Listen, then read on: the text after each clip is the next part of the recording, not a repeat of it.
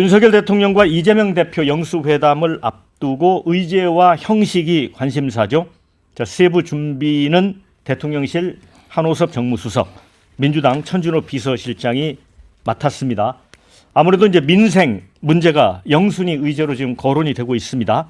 민주당에서는 전 국민 25만 원 민생 회복 지원금 이거를 논의 테이블에 올리려고 하는 것 같습니다. 윤 대통령은 그런데 이 무분별한 현금 지원을 포퓰리즘에 빗댄 바 있습니다. 그래서 과연 수용할지 관건이고요.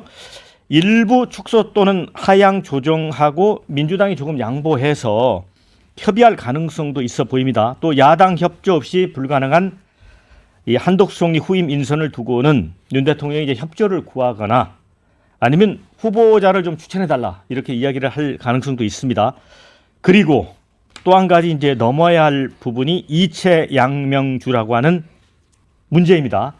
이태원, 최상병, 양평 고속도로, 또 명품백, 주가 조작, 이거를 이제 키워드로 뽑은 말인데, 자 굉장히 민감한 문제입니다. 민주당은 최상병 사망 의혹, 이태원 참사 특별법, 또 전세 사기 특별법 이 세 가지 정도는 의제로 올라가지 않을까 싶다. 단 김건희 여사 특검법 등은 이제 첫 영수회담인 만큼 배려해서 공식 의제에서 빠질 가능성이 높다. 이렇게 전했습니다. 자, 두 사람의 만남은 일단은 국민들 입장에서 보면 환영할 만한 일인 것 같습니다. 박원순 의원님. 예, 자, 어떻게 보시는지도 성공하려면 어떤 조건들이 필요할까요?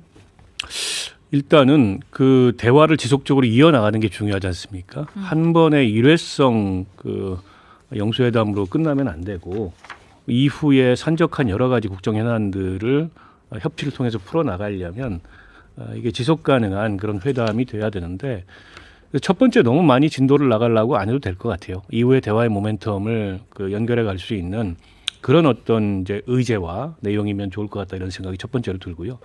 지금 앞서 설명해 주셨듯이 크게 보면 일단 민생 의제가 회담의 가장 큰 주제일 거고 그다음에 두 번째로 이 이른바 이제 특검 관련돼서 어느 정도 뭐 상호 간의 의견을 좁히느냐 그리고 이제 인사 문제 정도가 아닐까 싶습니다. 네. 뭐 하나 이제 만만한 주제들은 없는데요. 일단 민생 문제는 민주당에서 제안한 민생회복 지원금을 전 국민한테 25만 원 주는 문제는 저는 협의 가능한 형태로 의제를 만들어 볼 수 있을 것 같아요. 네. 정부에서도 뭔가 대책이 필요하다는 걸 느끼고 있기 때문에 보편 지원이라기보다는 조금 더 어려운 계층한테 그 집중해서 지원하는 선별 지원이나 그런 형태로 협의 가능성을 좀 열어둘 수 있지 않을까 싶고요. 당장 13조 원 정도 돈이 드는데 이거 이제 추경을 해야 되거든요. 네. 그 점은 또 정부로서는 부담이기 때문에 네.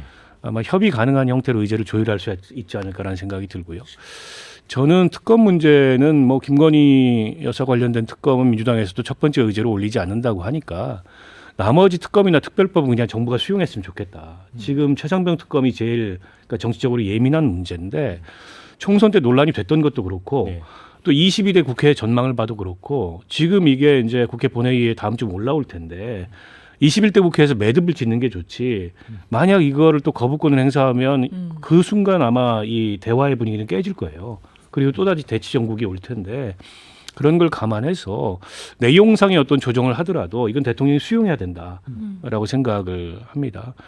그리고 인사 문제는 뭐 당연히 총리는 인준을 거쳐야 되기 때문에 야당의 의견을 들어봐야 되고 야당한테 추천권을 주면이야 뭐 더더욱 바람직하겠으나 야당 입장에서도 추천권까지 행사하는 건 좀 부담스러워할 수 있어요. 책임을 져야 되니까 의견은 적극적으로 낼 수 있을 것 같은데요.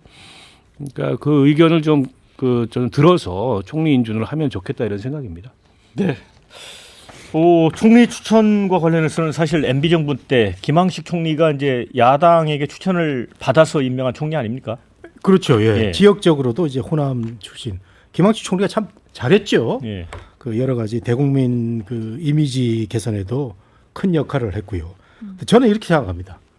이 대한민국의 대통령 중심제 형태에서 총리는 정말 존재감이 없다. 한동훈 총리 뭘 했는지 기억도 못하고 지금 사라져 버렸는데 저는 뭐 이 학계라든가 이런 데서 정말 원만한 분 이게 모시고 오면요 누구나 다 할 수 있는 자리가 총리 아닌가 생각이 될 정도이기 때문에 저는 총리 뭐 인선 문제는 크게 문제가 아니고 지금 가장 큰 문제는 대통령이 말이죠. 자식이 자신의 지금 처한 상황을 정확히 인식을 해야 됩니다. 제 생각에는 아무것도 할 수 없는 사면초가에 지금 놓여 있다 이렇게 생각이 됩니다. 네. 그런데 대통령이 오늘 정치를 하겠다고 이게 뭐 일면 그 톱 기사예요. 그럼 그동안에는 정치를 안 했습니까? 지금하고 비슷합니다. 의석이 여소야대 비슷하고 그동안에는 정치를 안 하고 군림만 했다는 얘기인데 정치를 하겠다 이런 표현이 나오는 자체가 아직도 대통령이 정신을 못 차렸다 이렇게 생각이 되고 윤석열 대통령이 그 진정성을 저는 의심은 안 하는데 그걸 이제 잘 전달이 안 되는 거예요. 그러면 대국민 담화를 한번 하는 겁니다. 제가 그동안에 잘못했는데 제 임기 3년 남았으니까 저 일 좀 하게 해 주십시오. 제가 야당도 좀 존중하겠습니다. 그러면서 가장 시급한 저출산 문제라든가 연금에 대해서 대통령의 의지를 보이면은 국민들이 한번 기회를 줄 거예요. 그러면 야당한테 무리한 요구도 못하게 하게 될 텐데 문제는 협치, 뭐 정치를 하겠다고 그래가지고 지금 이재명만 눈에 보이는 거예요. 이거 나 김건희 특검 들어오면 어떡하지? 뭐 이런 생각을 하고 있는데 이런 생각을 할 수도 없습니다. 지금 상황이. 지금 최상병 특검 같은 경우는 뭐 거의 통과될 걸로 저는 생각이 되고 김건희 그 여사 특검 문제도요. 과감하게 받아들여서 털 건 털고 가는 게 더 좋다. 이거 나중에 두고 문제가 된다 이런 생각이 드는데 요거 그 대통령이 정말 그 현실직을 해야 되고요.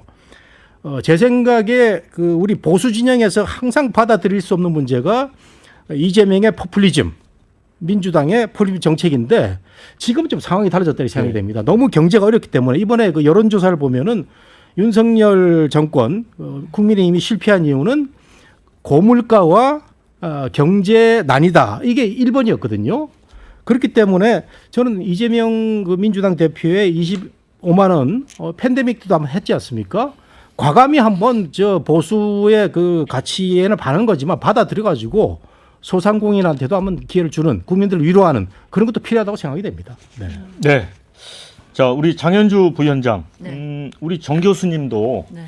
그 민주당이 원하는 전 국민 25만 원 회생지원금 관련해서 뭔가 좀 전향적으로 생각하자. 근데 윤희숙 전 의원도 좀 영리한 포퓰리즘도 필요한 거 아니냐 그런 얘기 사실 했더라고요. 그렇죠. 사실 정 교수님이 좋은 말씀 많이 주셨는데요. 사실 대통령과 이재명 대표가 영수회담을 한다는 것만으로도 국민들께 어느 정도 상징적인 모습은 될 것 같다라는 생각은 듭니다. 그러나 앞서 이야기가 나온 것처럼 그냥 사진만 찍고 끝나는 선에서 끝난다면 국민들께서는 더 실망을 많이 하실 것 같아요. 당연히 내실 있는 이야기들이 나와야 되고 그 다음에 후단에 또 다른 뭐 만남의 가능성이나 이런 것까지도 나올 수 있다면 정말 더 좋을 것 같은데 사실 정 교수님 아까 말씀해 주셨는데 대통령께서 이제 정치하는 대통령이 되겠다라는 말씀을 그 비서실장, 안보실장, 정책실장 앞에서 하셨다 뭐 이런 기사가 지금 나오고 있더라고요. 그러니까 그 정치하겠다라는 다짐을 보여줄 수 있는 게 이재명 대표와의 영수회담 무대라고 저는 생각을 합니다. 그때 이재명 대표가 뭐 대통령께서 들으시기에는 다소 불편한 의제를 꺼낼 수도 있어요. 사실 25만 원 뭐 민생지원금 이것도 대통령 입장에서는 불편할 수도 있을 것이고 뭐 최상병 특검법 이런 부분 불편할 수 있을 것 같습니다. 그런데 원래 정치라는 것이 서로 의견이 다르더라도 불편한 이야기이더라도 함께 꺼내서 대화하고 그 과정에서 어떤 대안을 만들어가는 게 정치 아닙니까? 근데 대통령께서 이제라도 정치를 하겠다라고 하셨다니까 영수회담 자리에서 이재명 대표가 꺼내는 의제에 대해서 정말 좀 정치를 해주셨으면 좋겠어요.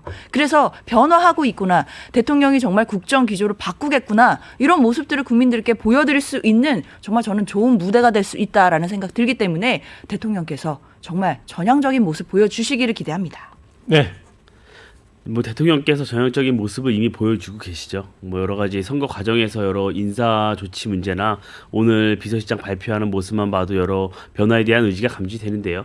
역설적이게 이번 총선의 민주당의 대승의 결과에 따라서 이번 영수회담의 주도권도 민주당이 쥐고 있습니다. 저는 이재명 대표가 선거 당일날 보여줬던 모습에 저는 좀 집중을 하고 싶어요. 어떤 이 출구조사 결과가 발표됐음에도 불구하고 대승이 예견됐는데도 어떤 크게 박수치거나 반응하지 않고 낮은 자세로 하겠다 이런 모습을 취하면서 그 이후부터는 대여 공세의 수위를 많이 본인은 낮추고 있습니다. 이 문제가 결국 승자의 저주에 빠지지 않겠다. 앞으로 조금 더 관리를 잘해 나가겠다는 의지로 보이거든요. 그렇다면 겨우 성사된 영수회담에서 무리한 조건을 제시하면서 판을 깬 책임을 본인이 가져갈 이유는 없겠죠. 저는 민생 문제에 집중을 해서 25만 원 이 부분에 대해서는 강력하게 드라이브를 걸겠지만 특검 문제에 대해서는 공을 좀 당에게 넘겨서 여야가 협의해서 어느 정도 절충하는 방식으로 가지 않을까 싶고요. 저는 윤석열 대통령 역시 이 회생지원금이라고 명명은 했죠. 방금 우리 전공기 교수님이 말씀하신 대로 보수에서는 받아들이기 좀 쉽지 않은 문제인 건 맞습니다. 그래서 저는 이 부분 또한 대통령이 전향적으로 받아들이겠지만 어느 정도 대상에 대한 조정은 조금 서로 간에 진행되지 않을까 싶어요. 왜냐면 우리 이재용 회장한테 25만 원 주는 게 어떤 의미가 있겠습니까? 그래서 저는 그런 부분에 있어서 과거에 이런 논쟁이 꾸준히 있어 왔는데 이 여러 경제적 상황에 있어서 저는 여야가 절충해서 어떤 결과를 도출하는 데 집중을 했으면 좋겠습니다. 네.